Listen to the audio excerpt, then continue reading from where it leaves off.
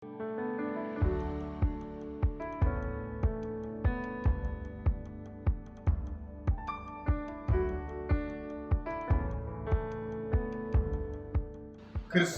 વાલાઓ, પ્રભુ ઈસુ ખ્રિસ્તના અતિ ગૌરવી અને પ્રેમાળ નામમાં આપ સર્વને અમે પ્રેમભરી કુશળતા પાઠવીએ છીએ.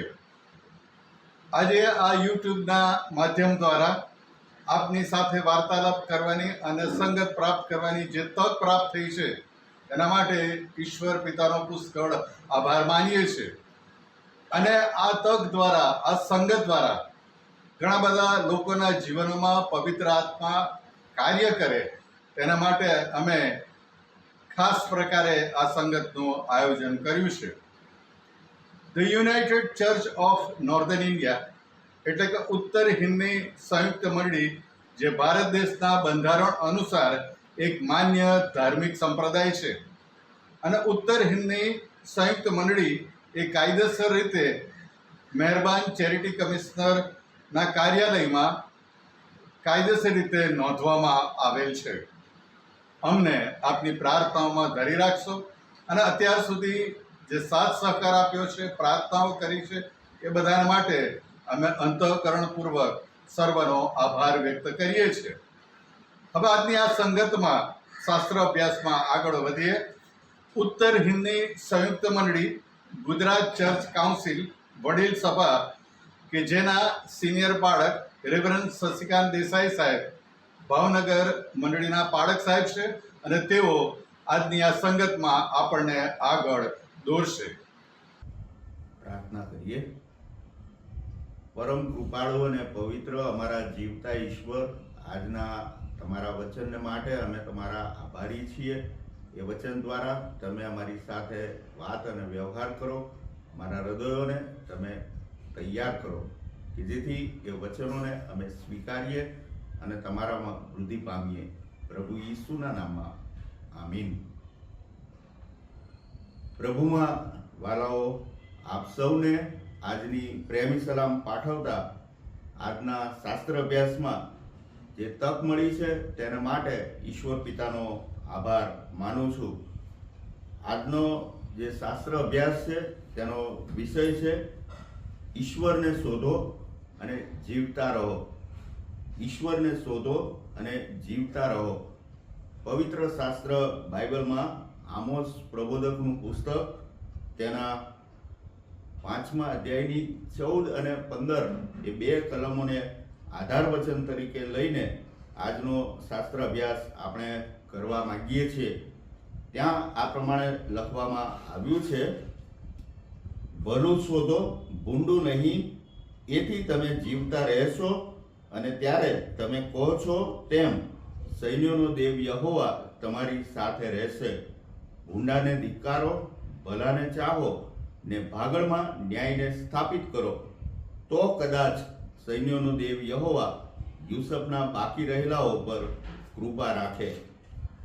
આજના આ વચનમાં જ્યારે આપણે જવા માંગીએ છીએ ત્યારે જે પુસ્તકમાંથી એ વચન લેવામાં આવ્યું છે એ આમોસ પ્રબોધકનું પુસ્તક.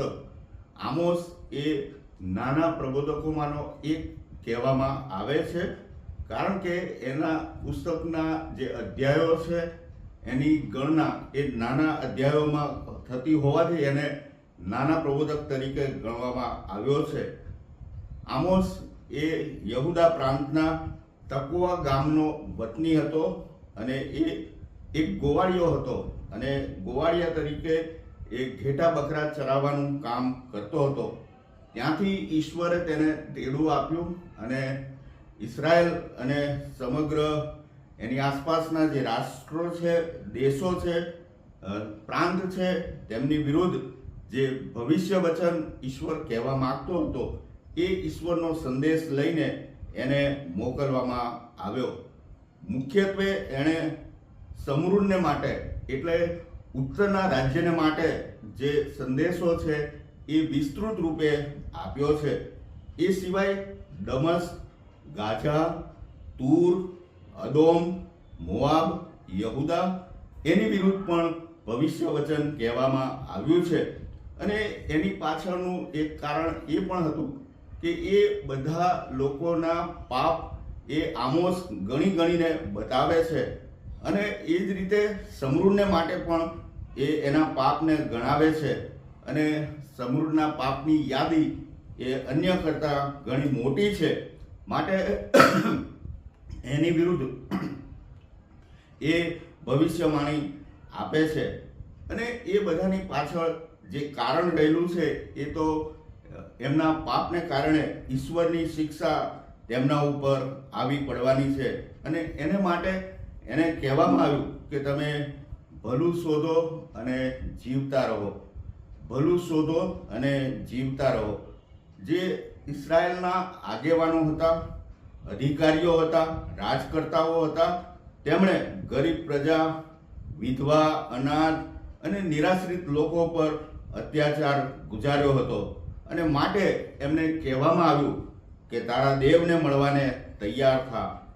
એમને પડકાર આપવામાં આવ્યો કે જે સર્જનહાર અને ઉત્પન્ન કરતા ઈશ્વર છે એ ઈશ્વર તારી પાસે જવાબ માંગે છે, અને માટે તું એનો સામનો કરવાને માટે તૈયાર થા. પણ સાથે સાથે એ પસ્તાવો કરવા માટે અને પાપ કબૂલ કરીને તેનો ત્યાગ કરવાને માટે પણ ત્યાં આગળ કહેવામાં આવ્યું છે, અને કહ્યું છે કે તમે ઈશ્વરને શોધો તો તમે જીવતા રહેશો, ઈશ્વરને શોધો તો તમે જીવતા રહેશો. પહેલી બાબત આ અધ્યાયમાં અને આ કલમોમાં જે કહેવામાં આવી છે, 14મી કલમમાં ત્યાં લખ્યું છે કે ભલું શોધો તો તમે જીવતા રહેશો અને ઈશ્વર તમારી સાથે રહેશે. ઇઝરાયલ પ્રજાના જે અધિકારીઓ હતા તેમના દ્વારા જે પાપ, અન્યાય અને જુલ્મ પ્રજા ઉપર ગુજારવામાં આવતા હતા, એ જુલ્મને ઈશ્વરે ધ્યાનમાં લીધા હતા, અને એ સમયે આમોસ પ્રબોધક દ્વારા આ વચન આપીને ઈશ્વર તેમને એક તક આપે છે અને કહે છે કે તમે ભલું શોધો તો તમે જીવતા રહેશો, અન્યથા તમારો નાશ થશે. તમે ભલું શોધો તો ઈશ્વર તમારી સાથે રહેશે અને તમને શાંતિ મળશે. ઈશ્વરની સંગતમાં જે શાંતિ છે એ પામવાને માટે ઈશ્વર તેમને તક આપે છે. જૂના કરારમાં ગીતશાસ્ત્રનું પુસ્તક તેનો 37મો અધ્યાય તેની 3 અને 4 કલમમાં લખ્યું છે કે પ્રભુ પર ભરોસો રાખ, ભલું કર, દેશમાં રહે અને વિશ્વાસુપણાની પાછળ લાગ. ગીતશાસ્ત્ર 34 અને 14માં લખ્યું છે ભૂંડાથી દૂર થા અને ભલું કર, શાંતિ શોધ અને તેની પાછળ લાગ. આમોસ પ્રબોધક એ ઇઝરાયલ પ્રજાના અધિકારીઓને માટે ખાસ સંદેશ આપતા આ બાબત જણાવે છે કે તમે તમારા પાપનો પસ્તાવો કરો, તમારા દેવને મળવાને માટે, તેનો સામનો કરવાને માટે તમે તૈયાર થાઓ. બીજી બાબત અહીંયા જે કહેવામાં આવી છે એ 15મી કલમની અંદર કહેવામાં આવી છે કે ભૂંડાને ધિક્કારો, ભલાને ચાહો અને ભાગળમાં ન્યાય સ્થાપિત કરો, કે જેથી દેવ બાકી રહેલા યુસુફના કુટુંબો પર કૃપા રાખે. ઈશ્વરનું વચન અહીંયા બહુ સ્પષ્ટ શબ્દોમાં એ કહેવા માંગે છે કે તમે ભૂંડાઈનો ત્યાગ કરો અને જે જવાબદારી તમને સોંપવામાં આવી છે એ જવાબદારીને તમે વિશ્વાસુપણે અદા કરો, કે જેથી ઈશ્વરની કૃપા તમારા પર થાય.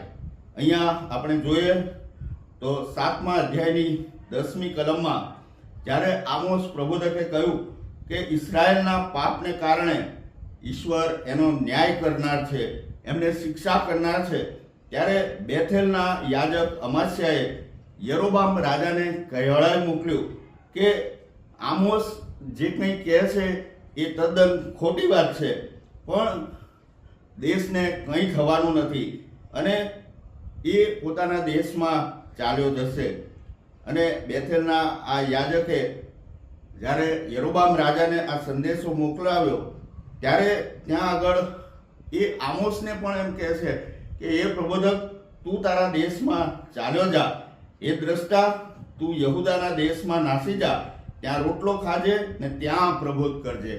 આજનો સમય આજે આપણે જોઈએ તો આવા અમાસ્યા બની બેઠેલા યાજકો અને આગેવાનો એ સમાજને ગેરમાર્ગે દોરી રહ્યા છે. ઈશ્વરનું વચન પોકારવાને બદલે, પાપને પ્રગટ કરવાને બદલે તેઓ કાનમાં ખજવાળ આવે, આંખોને ગમે અને હૃદયને મીઠું લાગે એવા શબ્દો વાપરનાર સેવકો આજે ઊભા થયા છે. અને એના કારણે અહીંયા ઈશ્વરનું ન્યાય શાસન એ પ્રજાની ઉપર અને રાજાની ઉપર આવી પડ્યું છે.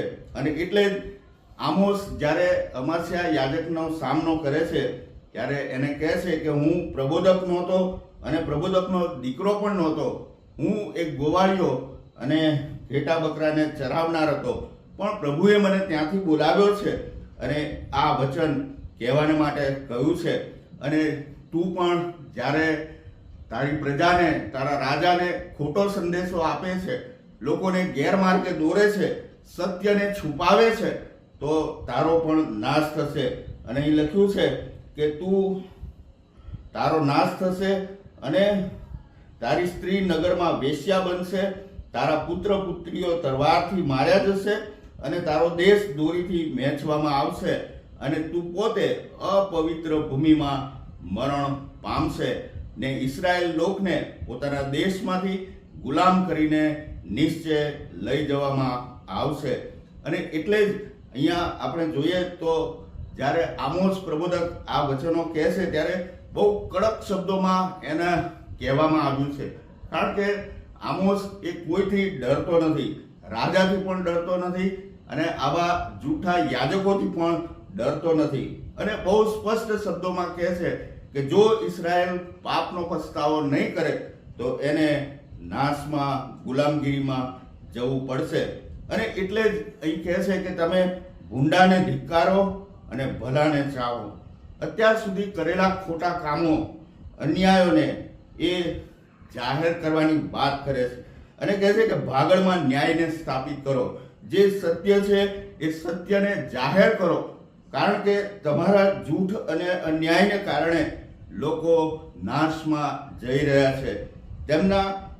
એમની આંખો પર બાંધેલી જે અસત્યની પટ્ટી છે એ ખોલી નાખવાને માટે એમને અપીલ કરે છે અને કહે છે કે તમે ન્યાયને મરડવાના પ્રયત્નો કર્યા છે અને એનું પરિણામ એ આવશે, એ આખી પ્રજા એ નાશમાં જશે, ગુલામીમાં જશે અને ત્યાં એમને અશાંતિ હશે અને તેઓ ઈશ્વરની સંગતથી દૂર થઈ જશે. પણ જો તમે ભૂંડાને ધિક્કારીને, ભલાને ચાહીને, ભાગળમાં ન્યાયને એટલે કે સત્યને સ્થાપિત કરશો તો બાકી રહેલા શેષ ઉપર પ્રભુ કૃપા કરશે. અને આ શેષ ત્યાં આગળ આપણે જોઈએ તો ઈશ્વરનું વચન કહે છે કે કોઈનો નાશ ન થાય પણ બધાનો બચાવ થાય, માટે હું મારા લોકો પર કૃપા રાખીશ. વાલાઓ, પ્રભુ ઈસુ ખ્રિસ્ત આ જગતમાં એ જ હેતુસર માનવ બનીને આવ્યા અને એમણે લુકની સુવાર્તામાં કહ્યું કે પાપીઓનો ઉદ્ધાર કરવાને માટે હું આ જગતમાં આવ્યો છું, તેઓનો બચાવ કરવાને માટે, તેમને પાપોમાંથી મુક્તિ આપવાને માટે હું આવ્યો છું. અને માટે આ મારું આવવું એ જરૂરી બન્યું છે. અને અહીંયા આપણે જોઈએ તો પસ્તાવો કરનારને પ્રભુ અનંત જીવન આપે છે. આમોસ કહે છે કે એવા વિશ્વાસુ અને પ્રભુની બીક રાખનાર લોકો ઈશ્વરની કૃપા દ્રષ્ટિ પામે, માટે પસ્તાવો કરવાની જરૂર છે. આજના સમયમાં મંડળીની સ્થિતિ પણ કંઈક આવી જ છે અને એવા બાહ્ય આડંબરો અને જગતની નકલ કરીને લોકોને ખુશ કરવાને બદલે ઈશ્વરનું વચન, પાપ અને અન્યાયને જાહેર કરવાની વાત ત્યાં આગળ કહેવામાં આવી છે. જ્યારે સત્ય જાહેર થાય એને સ્વીકારવું અને પ્રભુની બીકમાં ઈશ્વરનું શરણ શોધવાને માટે અહીંયા આમોસ જણાવે છે. અને એ જ બાબત મને અને તમને પણ લાગુ પડે છે. જો આપણે આપણા અન્યાયો, પાપ અને ગુનાઓ છોડીને પ્રભુની તરફ નહીં ફરીએ તો આપણો પણ નાશ થશે. અને પ્રભુનું વચન બહુ સ્પષ્ટ શબ્દોમાં કહે છે કે જેઓ પ્રભુ પર વિશ્વાસ રાખશે તે જ બચી જશે. અને એ બચી રહેલાને માટે ઈશ્વરે જીવનનો મુગટ રાખ્યો, અનંત જીવનની ખાતરી આપી છે અને અનંત શાંતિ આપી છે. વાલાઓ, આપણે એમાંથી શું પામવા ઈચ્છીએ છીએ? આમોસ પ્રબોધકના પુસ્તકમાં કહે છે કે ભલું શોધો અને જીવતા રહો. જો આપણે જીવતા રહેવું છે તો ભલું શોધવાનું છે, ઈશ્વરને શોધવાનું છે, અસત્યથી દૂર થઈને સત્યના માર્ગમાં ચાલવાનું છે. અને જો એમ આપણે કરીએ છીએ તો એ બાકી રહેલા શેષમાં મારી અને તમારી ગણના થવાની છે. ઈશ્વર આપણને એવી કૃપા આપે કે આપણે ભલું શોધીને જીવતા રહીએ અને ઈશ્વરની સંગતમાં રહીએ. ઈશ્વર એવી કૃપા આપણ સર્વને આપો. આવો આપણે પ્રાર્થનામાં જોડાઈએ. જીવતા ઈશ્વર, તમારા વચનને માટે અમે તમારો પુષ્કળ આભાર માનીએ છીએ. આમોસ પ્રબોધક દ્વારા જે કહેવામાં આવ્યું છે એ પ્રભુ અમારે માટે પણ છે. આજે જગતમાં વ્યાપેલા ભ્રષ્ટાચાર, અન્યાય અને અત્યાચારની વચ્ચે અમે જીવી રહ્યા છીએ, ત્યારે પ્રભુ તમે જે સત્યનું વચન લઈને આ જગતમાં આવ્યા, તમે જે સત્ય પ્રગટ કર્યું અને કહ્યું કે તમે સત્યને જાણશો અને સત્ય તમને મુક્ત કરશે. પ્રભુ એ વચન આજના શાસ્ત્ર અભ્યાસ દ્વારા તમે અમને ફરીથી યાદ દેવડાવ્યું છે, માટે તમારો આભાર માનીએ છીએ. પ્રભુ, અમાસ્યા જેવા જૂઠા પ્રબોધકોથી અમને બચાવો અને અમને સત્યના માર્ગમાં દોરી જાઓ. તમારી શરણમાં અમને લઈ લો કે જેથી પ્રભુ અમારો નાશ ન થાય, પણ અમે અનંતકાળી જીવનમાં તમારી સંગતમાં હંમેશા રહી શકીએ. પ્રભુ, એવી કૃપા તમે સર્વની ઉપર થવા દો. આમીન. હવે આપણા તારનાર પ્રભુ ઈસુ ખ્રિસ્તની કૃપા, ઈશ્વર પિતાનો પ્રેમ અને પ્રભુ પવિત્ર આત્માની સંગત આપણી સાથે અને પ્રભુના સર્વ લોકોની સાથે હમણાં અને હંમેશા હો. આમીન.